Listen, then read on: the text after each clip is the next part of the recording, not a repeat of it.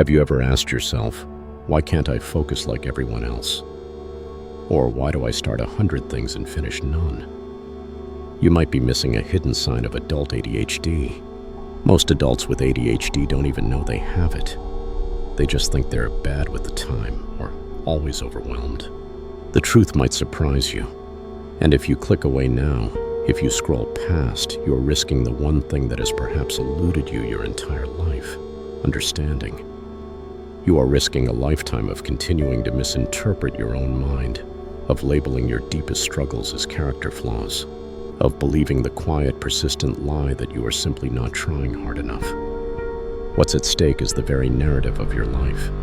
But if you stay, if you give this the next minutes of your attention, what you will gain is a key to a lock you may have stopped trying to open, a new lens through which to view every forgotten deadline, every fumbled relationship, every moment of restless frustration. This isn't just a video about symptoms. It's a potential map to a self you were never taught to recognize. The human brain is not a monolith. It is a sprawling, chaotic, and beautiful ecosystem of electrical storms and neural pathways. For too long, we've spoken of attention deficit hyperactivity disorder as a disorder of childhood, a simple case of fidgeting and daydreaming. But ADHD is not a deficit of attention at all. It is a dysregulation of attention. It is a brain that is not tuned to the boring, predictable frequencies of the modern world, but is instead a powerful radio telescope, picking up every signal from 100 different galaxies at once. The hum of the refrigerator, the flicker of the light, the 5 ideas you had simultaneously, the emotional undertow of the person speaking to you, all at the same volume. To tell this brain to just focus is like telling a hurricane to just be calm. The storm has its own logic, its own power, and its own path. And when this neurological reality goes undiagnosed into adulthood, it shapes a life. It writes a story where you are the unreliable narrator of your own existence, constantly wondering why the plot doesn't make sense. Consider the first sign, a relentless mental restlessness that masquerades as anxiety. This isn't merely worry.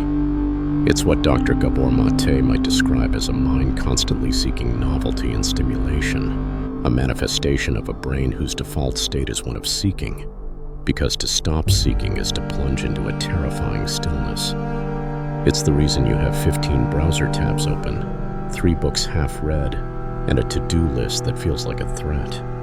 The second sign is the crippling paralysis of initiation, even for things you genuinely want to do.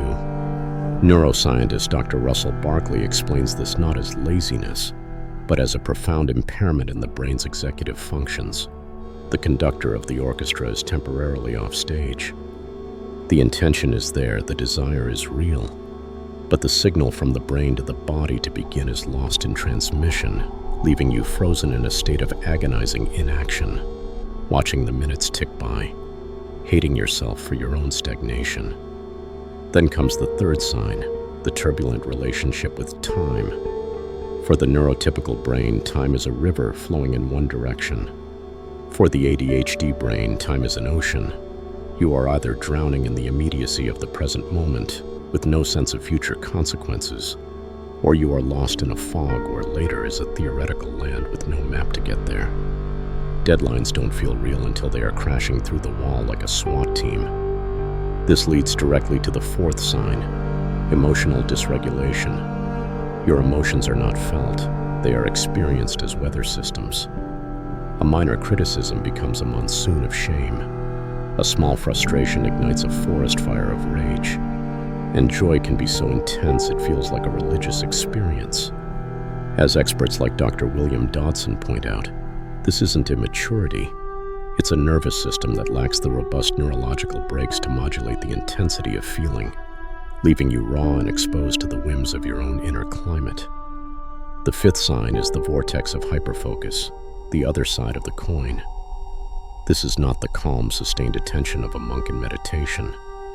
This is a state of rapturous, obsessive immersion in a task that provides the brain with the intense stimulation it craves. For hours, the world falls away. You forget to eat, to drink, to move. It feels like genius, like flow, and it is, but it is a fickle master. You cannot command it to appear for your tax forms, but it will arrive unbidden at 2 a.m. for a project that captivates you. The sixth sign is the profound sense of overwhelm from what others see as simple tasks. A request to clean the kitchen isn't one task. It's a fractal explosion of 100 micro-tasks. Unload the dishwasher, scrub the pan, wipe the counter, take out the trash. Each one demanding a decision. Each decision draining a finite reservoir of mental energy. It's cognitive torture disguised as domesticity.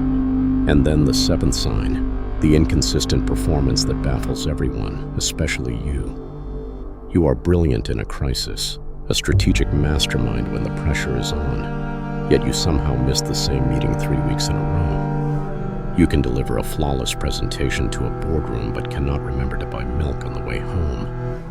This inconsistency isn't a moral failing. It's the signature of a brain that is exquisitely wired for interest and urgency, but pathologically ill-equipped for the mundane and the predictable. Finally, the eighth sign, the deep, often hidden well of shame. This is the emotional residue of a lifetime of these 7 signs. It's the voice that whispers, "You are a fraud. You are broken. If you only tried harder, you could be normal." It is the silent companion to every forgotten promise, every missed opportunity, the ghost in the machine of your life. Now let me ask you a direct and perhaps unsettling question. What if the very things you have been punished for, the traits you have learned to hate in yourself, are not signs of a broken mind, but the fingerprints of a different kind of mind? What if the problem isn't you, but the world's failure to understand your operating system? This is the turning point, because understanding the what is only the first step. The path forward, the treatment, and the recovery is not about curing a disease. It is about management. It is about building a life that works with your brain, not against it. The first approach is often medication, stimulants that paradoxically calm the storm. They don't drug you into normality. They provide the neurochemical scaffolding, the dopamine and norepinephrine that your brain lacks, allowing the conductor to finally step onto the podium and lead the orchestra. It's not a magic pill, but it is often the foundation that makes every other strategy possible. The second approach is behavioral therapy and coaching. This is the practical architecture you build upon that foundation. It's learning to externalize what your brain cannot internalize, using planners, alarms, and systems as your external prefrontal cortex. It's about breaking the cycle of shame by understanding that your past failures were not failures of character, but mismatches of strategy. The third and perhaps most profound approach is what we might call, in the spirit of Carl Rogers, unconditional positive self-regard. It is the radical act of ceasing to wage war against your own neurology. It is the difficult daily practice of self-compassion. It is learning to recognize the warning signs of the storm, not with panic, but with the calm expertise of a meteorologist. It's about designing an environment that minimizes your weaknesses and amplifies your incredible strengths, your creativity, your resilience in crisis, your ability to think in nonlinear connections, your empathy born from a lifetime of feeling different. Recovery is not about becoming someone else. It is about coming home to who you have always been, without the crushing weight of judgment. So, have you ever felt like a radio telescope in a world of AM radios? Why does nobody talk about the grief for the person you could have been if you had only known sooner? If you've made it this far, I want to know who truly understood the message.